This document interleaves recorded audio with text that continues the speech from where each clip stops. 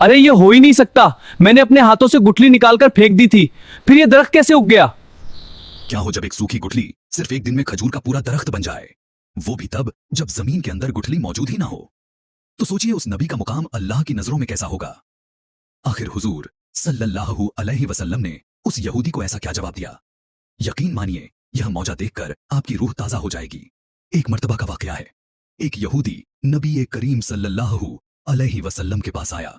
उसके हाथ में खजूर की एक गुठली थी। उसने शर्त रखते हुए कहा, अगर आप अल्लाह के सच्चे रसूल हैं तो इस गुठली से सिर्फ एक दिन में दरख्त उगाकर दिखाएं और उसमें खजूर भी लगे हो तो मैं मान जाऊंगा। नबी करीम ने उसकी शर्त मान ली। आपने अपने मुबारक हाथों से गुठली को जमीन में दबाया और अल्लाह से दुआ करके चले गए। लेकिन उस यहूदी के दिल में बेचैनी होने लगी। वो सोचने लगा, अगर सच में दरख्त बन गया तो मुझे मुसलमान होना पड़ेगा। यही सोचकर वो शाम के वक्त चुपके से वहां गया और जहां हुजूर ने गुठली दबाई थी उसने वह गुठली निकाली और दूर फेंक दी, ताकि ना गुठली रहे ना दरख्त उगे। मगर जैसे ही सुबह हुई वो यहूदी वहां पहुंचा तो मंजर देखकर उसकी आंखें फटी की फटी रह गईं। वहां खजूर का एक बड़ा दरख्त खड़ा था और उस पर ताजे खजूर भी लगे हुए थे। यहूदी ने हैरत में पड़कर फौरन 2-3 खजूर तोड़े। उन्हें खोलकर देखा मगर वह हैरान रह गया। उन खजूरों के अंदर गुठली मौजूद ही नहीं थी।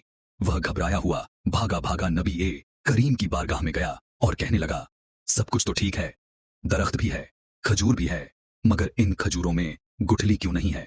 नबी पाक ने मुस्कुराते हुए फरमाया, गुठली कैसे होती? वो तो तुमने शाम को ही निकालकर फेंक दी थी। यह सुनते ही उस यहूदी का दिल पिघल गया। उसे यकीन हो गया कि इनसे कोई बात छुपी नहीं रह सकती।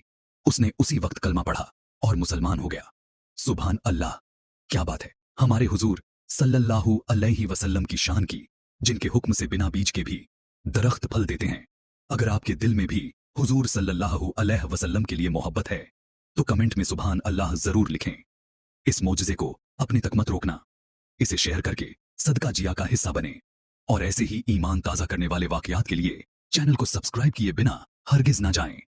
कमेंट में ईरान के लिए दुआ करें।